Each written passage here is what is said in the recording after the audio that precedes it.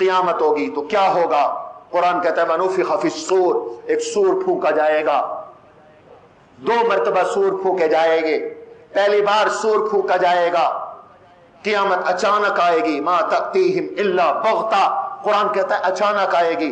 حضور نے فرمایا حتیٰ کہ ایک آدمی کپڑا خرید رہا ہوگا، کپڑا ناپا جا رہا ہوگا، اتنے میں سور پھونکا جائے گا، قیامت آ جائے گی۔ جب قیامت آئے گی تو سارے کے سارے بے ہوش ہو جائیں گے، سب پر موت آ جائے گی۔ فصعق من فی السماوات ومن فی الارض الا من شاء اللہ، سوائے اس کے جو اللہ کے علم میں ہے، باقی سب مر جائیں گے، سب پر موت ہوگی۔ ثم نفخ فیہ اخری فاذا ہم قیام ینظرون، رب کہتا ہے پھر دوسری بار سور پھونکا جائے گا، تو جب سور پھونکا جائے گا اٹھ کے کھڑے ہو کر دیکھ رہے ہوں گے۔ اب قبروں سے اٹھنے والے مر کے جو قبروں میں پڑے ہیں انہیں بھی اٹھایا جا رہا ہے، اور کس حالت میں اٹھائے جائیں گے؟ کبھی اپنی خلقت پہ غور کرو۔ حضور نے فرمایا یحشر الناس، لوگ قیامت کے دن اٹھیں گے، کیسے اٹھیں گے؟ حفاتن، ننگے بدن ہوں گے، ننگے پاؤں ہوں گے، غیر مختون ہوں گے، کما بدأناکم اول خلق نعیدو، جیسے تم پہلے ماں کے پیٹ سے آئے تھے ویسے قبروں سے اٹھو گے۔ امی عائشہ نے فرمایا یا رسول اللہ صلی اللہ علیہ وسلم، جب ہم قبروں سے اٹھیں گے تو کیا مرد عورتیں ننگے ہوں گے؟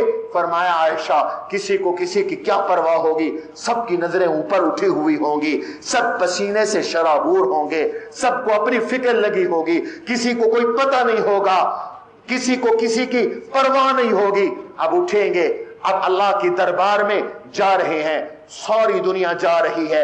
حضور علیہ السلام نے فرمایا سب سے پہلے قبر سے میں اٹھوں گا، پھر ابو بکر اٹھیں گے، پھر عمر اٹھیں گے، میں ابو بکر و عمر کو لے کے ساتھ چلوں گا، پھر جنت البقیع والے اٹھیں گے، میں ان کو ساتھ لے کے چلوں گا، پھر جنت المعلا والے آئیں گے، میں ان کو ساتھ لے کے چلوں گا، پھر پوری دنیا سے لوگ آئیں گے، اللہ کے سامنے پیشی ہوگی۔ اب توجہ کرو، لوگ پیدل جا رہے ہیں، کچھ لوگ پیدل جا رہے ہیں، لیکن کچھ ایسے بھی ہیں جو چہرے کے بل گھسیٹ گھسیٹ کے اللہ کے سامنے جا رہی ہیں، چہرے کے بل گھسیٹ گھسیٹ کر اللہ کے سامنے جا رہے ہیں۔ صحابہ نے پوچھا حضرت چہرے کے بل کون چل سکتا ہے؟ میرے آقا نے فرمایا جو رب پاؤں کے بل چلا سکتا ہے وہ چہرے کے بل بھی چلا سکتا ہے۔ یہ کون ہے جو چہرے کے بل چل کے جا رہے ہیں؟ یہ اللہ کے نافرمان، یہ فاسق اور فاجر، یہ اسی حال میں جا رہے ہیں۔ اور کچھ لوگ اس حال میں جا رہے ہیں،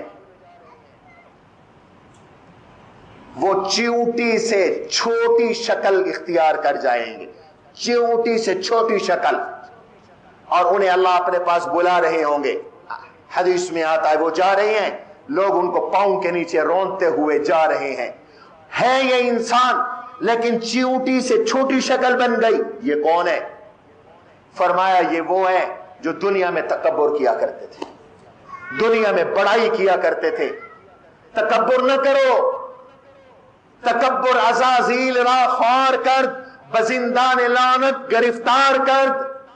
شیطان کو تکبر نے ذلیل کیا، شیطان کو تکبر نے رسوا کیا، شیطان کو تکبر نے برباد کیا۔ ان اللہ لا يحب المتفرحین، اللہ تعالی تکبر کرنے والوں کو پسند نہیں کرتے، اترانے والوں کو پسند نہیں کرتے۔ رب کہتا ہے تکبر میری چادر ہے، الکبر ردائی۔ دنیا میں کسی کو کچھ نہ سمجھنے والے، دنیا میں دوسروں کو حقیر سمجھنے والے، انسان کو انسان نہ سمجھنے والے، سلام کا جواب نہ دینے والے، چہرہ اپنا چہرے پر ہمیشہ شکن رکھنے والے، انسان کو جانور سے بدتر قرار دینے والے۔ ذرا ہوش کرو، کل اللہ کے سامنے بھی پیشی ہے، کل اللہ جو بڑوں سے بڑے ہیں ان کے سامنے بھی حاضری ہے۔ کچھ لوگ ایسے بھی ہوں گے جو اللہ کے سامنے اس حالت میں جا رہے ہوں گے کہ وہ پاگل ہو چکے ہوں گے، وہ پاگل ہو چکے ہوں گے۔ یہ کون لوگ ہیں؟ یہ تو دنیا میں بڑے سمجھدار تھے، بڑے ذہین تھے، لوگوں کو مشورے دینے والے تھے۔ یہ کون لوگ ہیں؟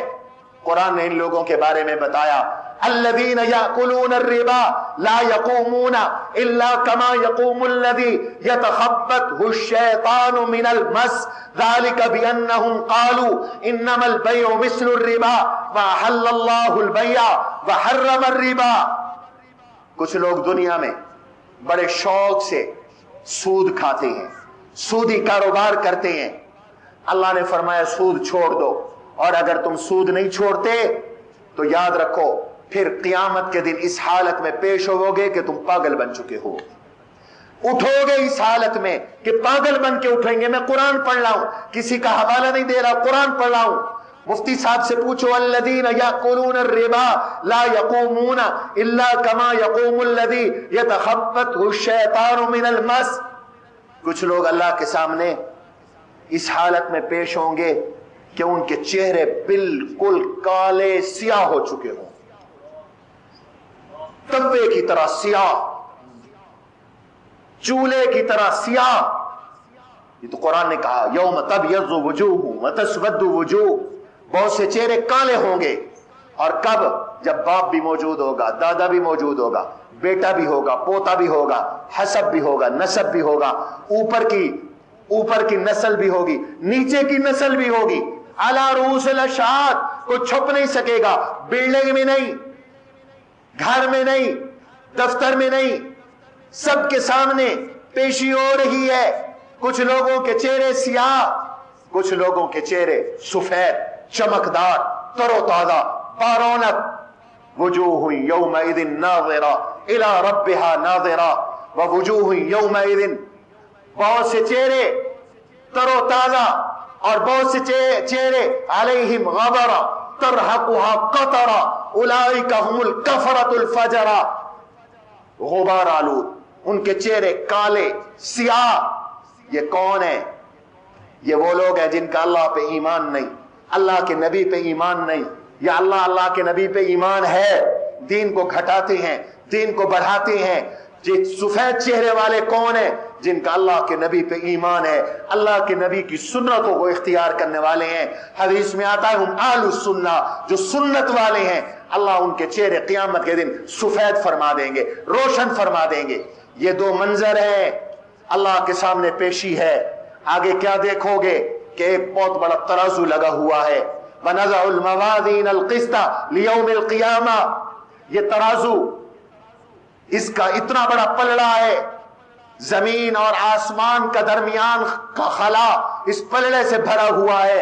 7 زمینوں اور 7 آسمانوں سے بڑا ایک پلڑا. ایسے 2 پلڑے ہیں، نیکیاں ڈالی جا رہی ہیں، گناہ بھی ڈالے جا رہے ہیں. فَمَنْ يَعْمَلْ مِثْقَالَ ذَرَّةٍ خَيْرًا يَرَى وَمَنْ يَعْمَلْ مِثْقَالَ ذَرَّةٍ شَرًّا يَرَى. ایک ایک نیکی تل رہی ہے، ایک ایک گناہ تل رہا ہے. یہ سب ہونا ہے، یہ افسانہ نہیں، یہ حقیقت ہے، یہ قرآن ہے. یہ جو تم نے 30 پارے 27 راتوں میں سنے، یہ اللہ کا فرمان ہے. وزن اعمال حق ہے، اعمال تلنے ہیں. ہمارا ہر عمل تلنا ہے. لا یزول قدم ابن آدم حتی یسأل عن 5. ہل بھی نہیں سکے گا کوئی جب تک کہ اللہ کو 5 سوالوں کا جواب نہ دے گا. اللہ کو ہر ایک کو 5 سوالوں کا جواب دینا ہے. عن عمرہ فیما امضاہ. رب کہے گا 60 سال کی زندگی دی تھی، کہاں لگا کے آیا ہے؟ 70 سال کی زندگی دی تھی، کہاں لگا کے آیا ہے؟ 50 سال کی زندگی دی تھی، کہاں لگا کے آیا ہے؟ وعن شبابہ فیما ابلاہ. میں نے جوانی دی تھی، بڑا کڑیل جوان تھا، بتا کہاں برباد کر کے آیا؟ بتا جوانی کے نشے میں کتنوں کی عزتوں کو تار کیا؟ بتا جوانی کے نشے میں کتنوں پہ بہتان لگائے، کتنوں پہ تہمتیں لگائیں، کتنوں کی بے عزتیاں کی، کتنوں کی ماں بہن کو ایک کیا؟ بتا جوانی کے اندر کس کس پہ تو نے ظلم کیا تھا؟ ایک ایک منٹ کا جواب دینا ہے، ایک ایک سیکنڈ کا جواب دینا ہے.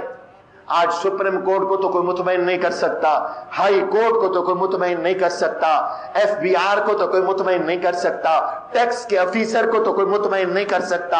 اس رب کو کیسے کوئی مطمئن کرے گا جو علیم بذات الصدور ہے، جس سے کوئی چیز مخفی نہیں ہے، جس سے کوئی چیز چھپی ہوئی نہیں ہے. اب اعمال لائے جا رہے ہیں، اعمال دیکھے گا.